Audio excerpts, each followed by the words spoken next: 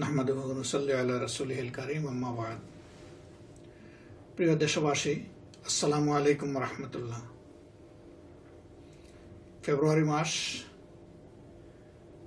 দেশ এবং জাতির ঐতিহ্যের মাস। 52 ভাষা আন্দোলনের সোনালী অধ্যায়ের সূচনা করেছিল এদেশের বীর সৈনিকেরা। ভাষার মর্যাদা রক্ষার জন্য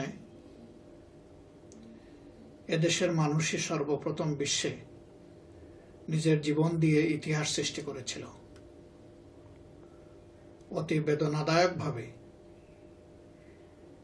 এই গুরুত্বপূর্ণ মাসেই, ঐতিহাসিক এই মাসটিতেই 2009 সালে ঢাকার পিলখানায় 58 জন সামরিক কর্মকর্তাকে অত্যন্ত নৃশংসভাবে হত্যা করে একটি কলঙ্কজনক ইতিহাস সৃষ্টি করা হয়েছে।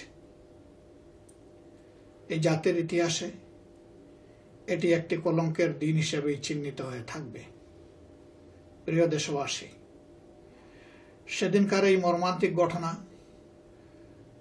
শুধু সংশ্লিষ্ট পরিবারের সদস্যদেরকে কাঁদায়নি, গোটা দেশবাসীকে এবং বিশ্ববাসীকে কাঁদিয়েছিল। কিন্তু এই মহারহস্যের পিছনে, এই গভীর ষড়যন্ত্রের পিছনে কাদের কালো হাত ছিল? কারা নেপথ্যের নায়ক? বিডিআর পিলখানায় হত্যাকাণ্ডের ঘটনার একটি আইওয়াস বিচার হয়ে থাকলেও আজ পর্যন্ত সেই রহস্য উন্মোচিত হয়নি, অথবা হয়ে থাকলেও জাতিকে জানতে দেওয়া হয়নি।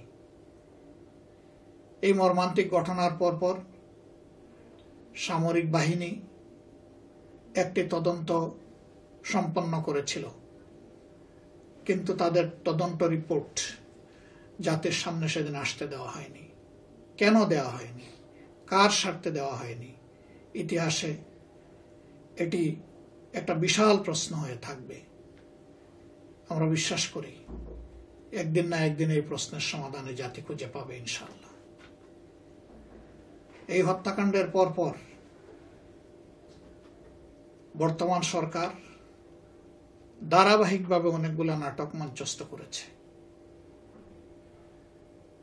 হত্যাকারীদেরকে পরাস্ত করার পরিবর্তে তাদেরকে জামাইয়া ধরে গণভবনে এনে তাদের সাথে রাজকীয় মধ্যাহ্নভোজ সম্পন্ন করা হয়েছে।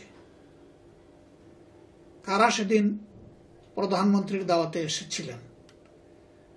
পরবর্তী পর্যায়ে রহস্যজনকভাবে তাদের নাম তালিকা অস্বীকার করে বসা হয়েছিল। সেনাবাহিনী প্রধান গণভবনে গিয়ে কেন সেদিন বসেছিলেন? কেন তার সহকর্মীদের কান্না এবং ডাকে তিনি সেদিন সাড়া দিতে ব্যর্থ হলেন? এর জবাব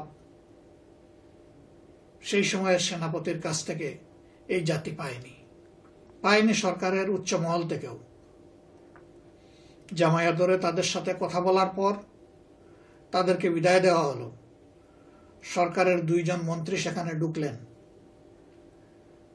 তারা বের হয়ে আসার পরে অবশিষ্ট যারা ছিলেন তাদের সকলকে হত্যা করা হলো। এইভাবে একে একে 58 জন সামরিক অফিসার সহ আরো কতিপয় সৈনিককে এবং সেই সেনা অফিসারদের পরিবারের সদস্যদেরকে পর্যন্ত অত্যন্ত নির্মমভাবে হত্যা করা হয়েছিল। যতদূর আমরা বিশ্বের ইতিহাস জানি, বিশ্বের কোনো যুদ্ধে একই ঘটনায় একদিনে এই পর্যায়ের সামরিক অফিসার নিহত হওয়ার কোনো রেকর্ডের আগে তৈরি হয়নি। প্রিয় দেশবাসী, এমন একটি মর্মান্তিক ঘটনা নিয়ে কত না লুকোচুরি আর নাটক খেলা হলো।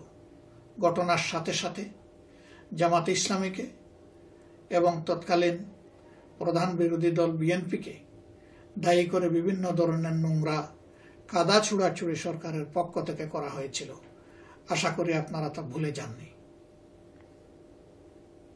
জাতির প্রশ্ন, এই নির্মম হত্যাকাণ্ড ঘটার পরে সেদিন কেন পিলখানা এলাকায় অন্ধকার নেমে এসেছিল? কেন বিদ্যুৎ রাতের বেলা ছিল না? কারা এদেরকে নিরাপদে পালিয়ে যাওয়ার ব্যবস্থা করে দিয়েছিল? এর জবাব একদিন না একদিন বর্তমান এবং তৎকালীন এই সরকারকে দিতেই হবে।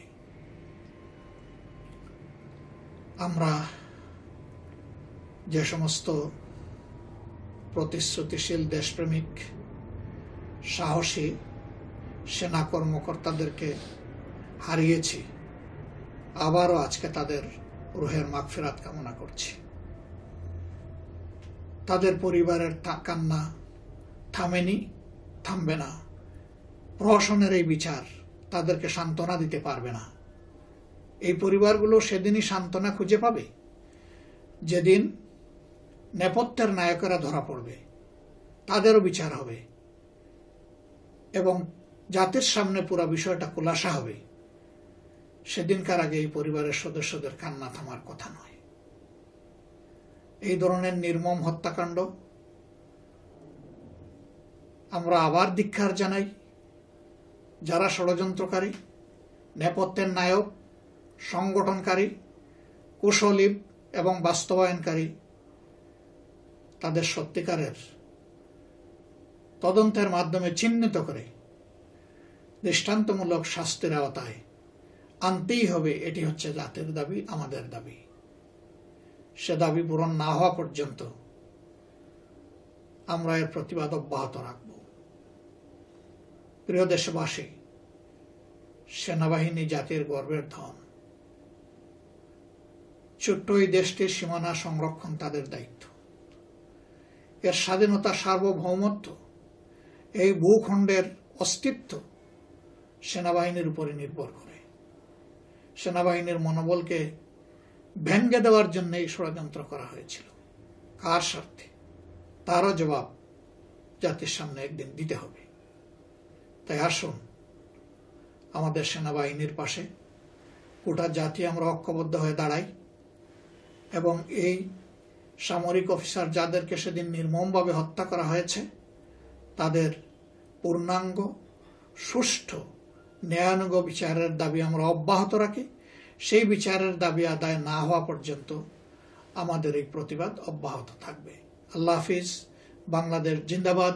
বাংলাদেশ জামাতে ইসলামী জিন্দাবাদ।